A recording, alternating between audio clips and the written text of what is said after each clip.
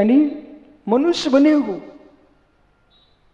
अल्प आरंभ परिग्रह मानुष्य, अल्प आरंभ परिग्रह से जीव मनुष्य बनता है। बहु आरंभ परिग्रह नारकस्य उषा, लाज जाओ, धरत जाओ और मरत जाओ। समझ में आया कुछ? जिनके ऋण के व्यापार हैं, ऋण पर द्रव्य देते हैं, उसी से आजीविका कर रहे हैं, उनसे पूछो, किसी की गरीबी रख लिए, अब उसका मन करेगा कि इसके पास पैसा आ जाए, कोई सोना चांदी रख के चला गया, वो तो यही सोचेगा, बस भैया बस लाते जाऊं, रखते जाऊं, मरते जाऊं, मैं स्वामी बनूंगा। हो ऐसे परिणाम जिसके हैं, पर उस अभागी को पता नहीं है, जो रखने वाला, जो लेके आया है, देने वाला, वो मृत्यु को प्राप्त होगा तो क्या तू बच के रहेगा? कैसा अभागा प्राणी।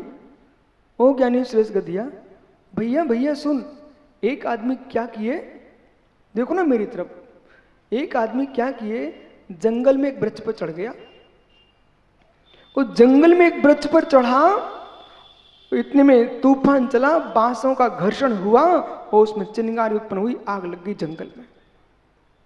और जैसे आग जंगल में लगती है, वो सुरेश भैया बड़ा समझदार था वो आदमी, वो मालूम क्या कर रहा था, देखो हो सकता सोहनलाल गंगवाल जी हो, बोले देखो देखो वो भालू जल गया, बोले देखो देखो बंदर जल गया, अरे एक सामने मनुष्य भी जल गया, पर खड़ा था कहां ये जीव? उसी जंगल में जिसमें आग लगी है, पर इस जीव को ये मालूम नहीं है, जिस जंगल में आग लगी है, बंदर भालू जल गए, मनुष्य अन्य जल गए, तो क्या वो आग जिस वृक्ष पर मैं हूं उस वृक्ष पर आएगी कि नहीं आएगी? अरे ज्ञानी, उस वृक्ष से उतर के बाहर चला जाता तो बच जाता। ये संसार की दशा है, रोज के रोज संस्कार करके दूसरे के आते हैं, पर इन्हें इतना पता नहीं रहता है कि ये एक दिन हमें भी यहीं आना पड़ेगा। उनकी दादी चली गई, उनकी माँ चली गई, उनका बेटा चलेगा, उनका पिता चला गया, उनका भैया चलेगा, जैसे भैया तू अमर होके आया है। कठोरा सुना ना भैया? ओह है ज्ञानी, आपको मालूम होना चाहिए, आपको मालूम होना चाहिए, माली आवत देखकर कल्याण करी पुकार। क्या सुना? माली आवत देखकर कल्याण करी पुकार। सरावगी जी पदम भैया, काला पंडित काला से कहते ना, गोरे से। माली आवत देखकर कल्याण करी पुकार, फूले फूले चुक गए कल हमारी बार। जितने फूल रहे थे वे सब चुक गए हैं, कल ये फिर आएगा तो मुझे ही ले जाएगा। जितने फूले थे चुक गए। भैया सुन रहे कि नहीं? जितने फूले थे सब चुक गए। इसलिए वृद्ध दादा दादियों से घर जाके बोल देना, माँ अब बारी आ रही है, इसलिए हाय हाय मत करो, जय जय बोलो महावीर की, जिससे कल्याण हो जाएगा। मेरी चिंता मत करो, समाधि को देखो। ये जरूर कह देना, माँ जितने तुम्हारे घर में वृद्ध सासू व माँ हो, इन सबको अच्छा भोजन करा करके और माला दे दिया करो। बोले आप चिंता मत करो, जब आप बहू बनी थी ना, तो तुम्हारी सासू भी ऐसी चिंता करती थी, वो चिंता करके सूख के मर के चली गई, और तुम चिंता मेरी करोगे, कुछ नहीं होता है। पूत सपूत हो तो का धन संचय, और पूत कपूत हो तो का धन संचय।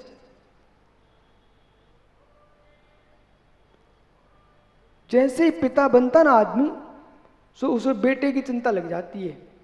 बेचारे सूख रहे हैं व्यर्थ में, पर ये नहीं जान रहे हैं कि जब तुम बेटे तुम्हारे पिताजी के जाने पर सुख से रह रहे हो, तुम्हारा पुण्य था, ऐसे तुम्हारे बेटे भी सुख से रहेंगे, उनका पुण्य होगा। और पुण्य नहीं है तो मेरे मित्र किंकर बन के घूमना पड़ेगा, और पुण्य होगा तो लक्ष्मी को किंकर बन के आना पड़ेगा।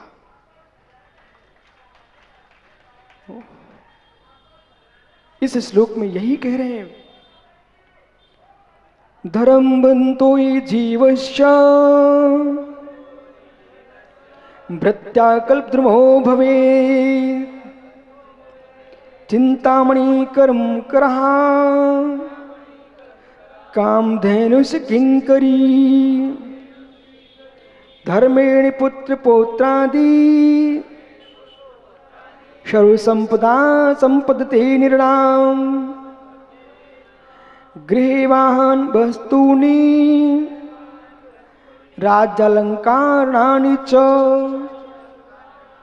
ये तुम तो पुरुष हो, ब्रह्मचारी हो।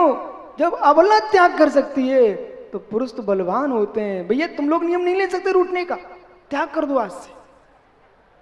कर दिया? कितने पुरुषों ने त्याग किया? रूठेंगे नहीं आज से। बहुत बढ़िया। पर ज्ञानी सुन, ओ युवाओ, ये माता सिखा के भेजती है ससुराल, जब शादी होने जाती है ना, ऐसे रूठ के बैठ जाना। ये कभी नाटक नहीं करना अपने घर की दुल्हाने के लिए। कोई कंगाल के बेटे थोड़े ही है सो 100 रुपया के पीछे। मैंने एक जगह क्या देखा, एक व्यक्ति ससुराल गया, मैं बहुत छोटा था, एक ही बार गया मैं बारात एक जगह, सब भैया रूठ के बैठ गए। मैंने पूछा ये भोजन क्यों नहीं कर, सब मना रहे। तो बोले भैया भोजन क्यों नहीं करे? बेटा तू क्या जाना अभी? हमने बताओ तो जान लूंगा। बोले उनको चैन चाहिए, चैन। हमने कहा हे पगले, तू चैन के पीछे भोजन छोड़े बैठे, अपने घर की दुल्हा रहा है। ये उल्टी सीधी बात नहीं सिखाया करो। पूरे घर की नाक कटा के खड़ा कर दिया। किसके पीछे? सब कुछ रखा था पर चैन के पीछे भोजन नहीं कर रहा था। पूरा लोग मालूम उसमें वैसे कहते दमाद, अब काय का दमाद, दम देने वाला है बेचारा। नहीं तो यहां राजस्थान में कुंवर साहब बोलते, क्या बोलते? कुंवर साहब। बेचारे भी तो कुंवर कुंवर कर रहे हैं और तुम कूं कूं कर रहा है। हो बुरा नहीं मानना आप लोग। और आप लोग जितने युवा बेटे बेटा ससुराल में रूठना नहीं, नियम ले लिया, इसका मतलब ससुराल जाएगा। ओहो। तो धर्म जो है वृत्ता कल्प द्रुमो, कल्प वृक्ष उसका अनुचर हो जाता है चिंतामणि कर्मकार का। और चिंतामणि रत्न उसका कर्मकार, काम करने वाले के समान होती है। और कामधेनु किंकरी, धर्मात्मा के घर में कामधेनु गाय किंकरी के समान हो जाती है।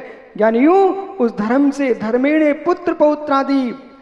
भाई ऐसे भी लोग हैं जो अकेले दंपत्ति रह रहे हैं, उनके जीवन तो पूरे सूखे ही सूखे। एक बेजीव में भरपूर परिवार में रह रहे हैं, यानी जिसकी पिता धर्मात्मा हो, जिसका पुत्र धर्मात्मा हो, जिसकी माँ धर्मात्मा हो, जिसके भाई बंधु सब धर्मात्मा हो। ये पूर्व के तपस्वियों का ग्रुप आ गया एक साथ। पता आपको? ये पूर्व के तपस्वी एक साथ इकट्ठे हो गए हैं। जहां पत्नी अलग भाग रही हो श्यालनी जैसे, ओहो, माँ अलग चीख रही हो व्याघ्री जैसे, पिता अलग दौड़ रहा हो शेर जैसे, यानी पुत्र अलग फनफना रहा हो अजगर जैसे। समझ लो पूर्व के नारकियों का इकट्ठा समूह यहीं आ गया है। हो क्या कर सकते? पूर्व के नारकी सब यहीं आ गए बेचारे, जो यहाँ फनफना रहे हैं। बुरा तो नहीं लग रहा आप लोगों को? नहीं लग रहा? वो कहाँ ठग ठग ठग। ओ रोडमल जी, बुरा तो नहीं लग रहा? है मित्र, बुरा लगे इसलिए तो कह रहा हूं। पर जिसके घर में ऐसे दिन भी देखो, छोटे छोटे बच्चे, मैंने सागर में भोपाल में देखा भाई, एक परिवार ऐसा था उसके यहाँ चौका नहीं लगता था। एक आश्चर्य की बात आपको, निश्चल भाई वो चौका नहीं लगाते थे। बोले मैं तो मुमुक्षु हूं, मैं तो मुमुक्षु हूं। मालूम एक 12 वर्ष का बालक घर में रूठ तो ऐसे रूठना, ऐसे रूठा। बोले सबके घरों में चौके लग रहे हैं, मेरे घर में चौका क्यों नहीं लग रहा है? मालूम वो बेटे ने चौका लगवा लिया, वो पिताजी को पड़गान करने खड़ा कर दिया। अब वो पिताजी मेरे पास, बोले महाराज मेरे लड़का को कहाँ होगा? उनकी उसको जो होगा वो अच्छा होगा, कम से कम तुम ना सही, बेटे ने तुम्हें मुनिराज के चरणों में तो खड़ा कर दिया।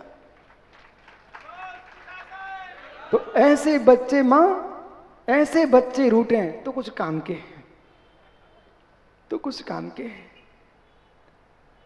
धर्मेण पुत्र पुत्रादि, धर्मात्मा धर्म से पुत्र पुताए सर्व संपत्ति निर्णाम। हे मनुष्य, आपने सारी संपत्ति प्राप्त होती धर्म से। ग्रह वाहन वास्तु, घर भवन मकान वाहन आदि सब, राज लक्ष्मी आदि जो भी सामग्री है ज्ञानियों, ये आभूषण आदि सब धर्म के प्रभाव से मिलते हैं। इसलिए धर्ममय जीवन जियो, धर्ममय जीवन जियो, धर्म से एक क्षण भी दूर मत हो। हे धर्म माम पालय, बोलो हे धर्म माम पालय,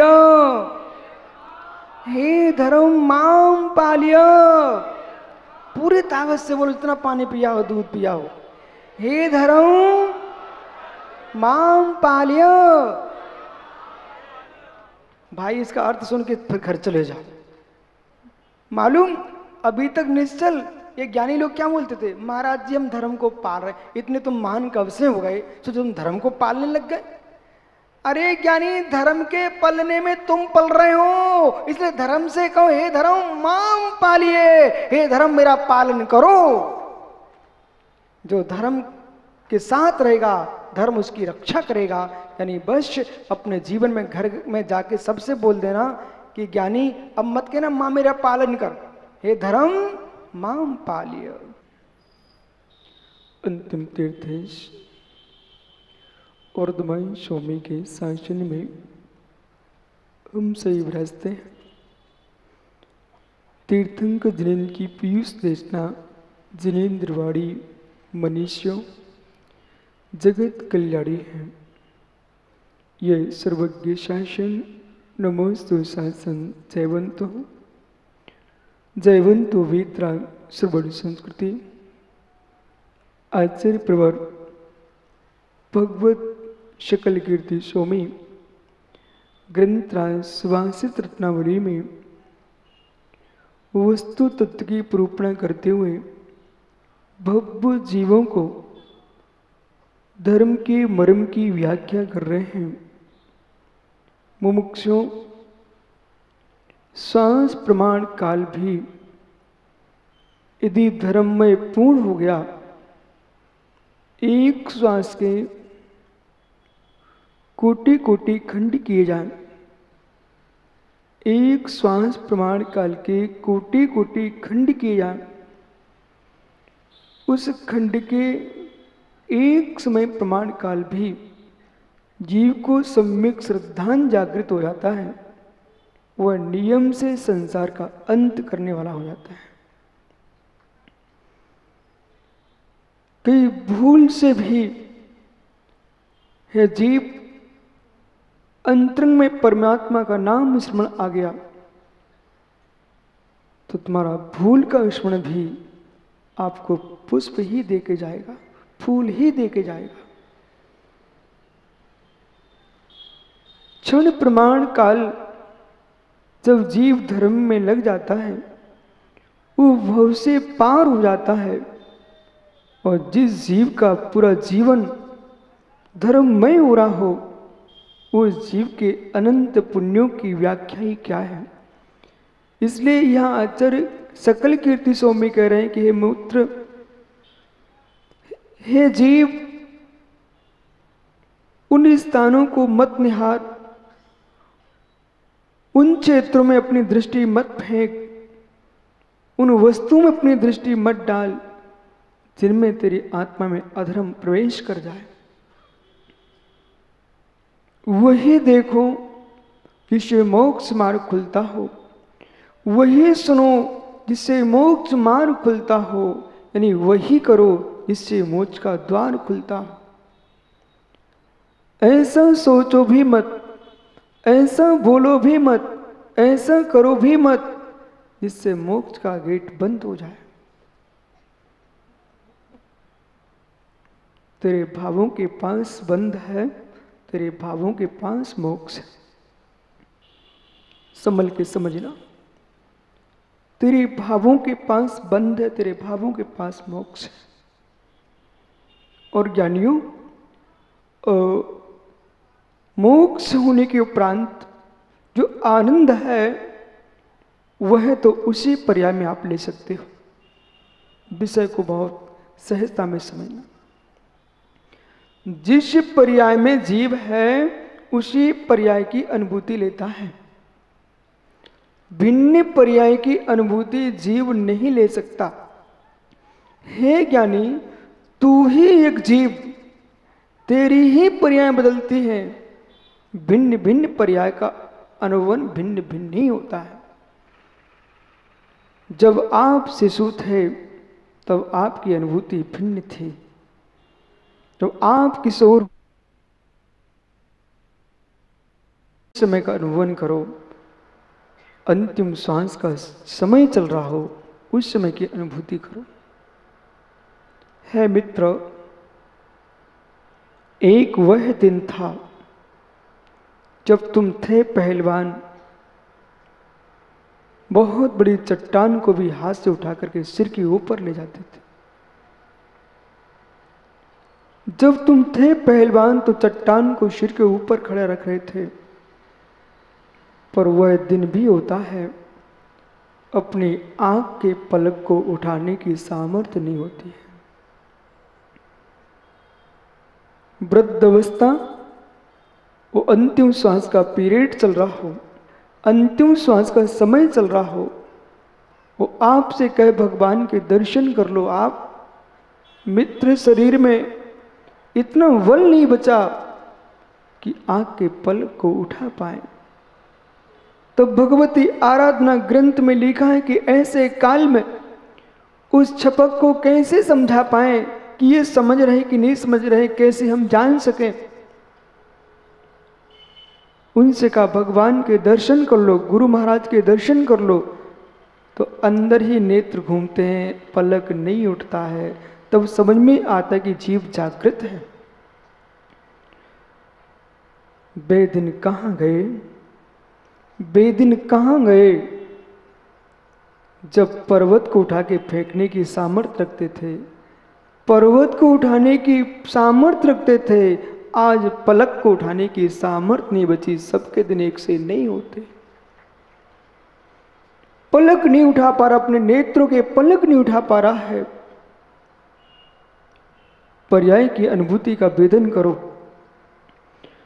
जब एक ही भव में एक ही जीव अपनी तीन अवस्थाओं को बदलते देखता है और जिस अवस्था में पहुंचता है दूसरी अवस्था का स्मरण तो कर सकता लेकिन वेदन नहीं कर सकता। स्मरण करना, वेदन करना बहुत अंतर है। श्रावकी जी, क्या आप घुटुआ चल के यहां दिखा सकते हो? हे मित्रों, यदि आप चलोगे भी ना तो ये सब ताली बजाएंगे, और बच्चा यदि चलता है तो सब मुस्कुराएंगे, उसका आनंद लुटेंगे, लेकिन हंसी की ताली नहीं बजाएंगे। जब आप अपनी वर्तमान की आयु प्रमाण काल की बदलती पर्यायों को एक समय में दूसरी पर्याय का उपभोग नहीं कर पा रहे, वेदन नहीं कर पा रहे हो, तो संसार पर्याय में मुक्त पर्याय की अनुभूति कैसे ले सकते हो?